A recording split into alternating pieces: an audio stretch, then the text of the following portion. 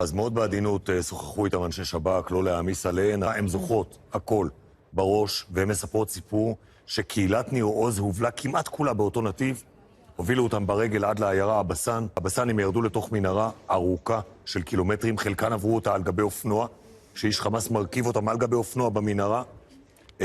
אחרות הלכו אותה ברגל, 4-5 קילומטר כנראה לאזור בית החולים של ח'אן יונס.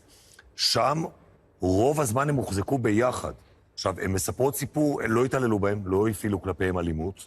אוכל היה במשורה, לא היה הרבה אוכל, הם אכלו מעט, גם רואים על הגוף שלהם שכולם איבדו משקל. תרופות, היה ניסיון של אנשי החמאס לתת להם, אבל לא באופן סדיר. זאת אומרת, יום כן היו תרופות, יום לא היו תרופות. היה ניסיון לספק להם את התרופות הקבועות שלהם, לא תמיד זה עבד.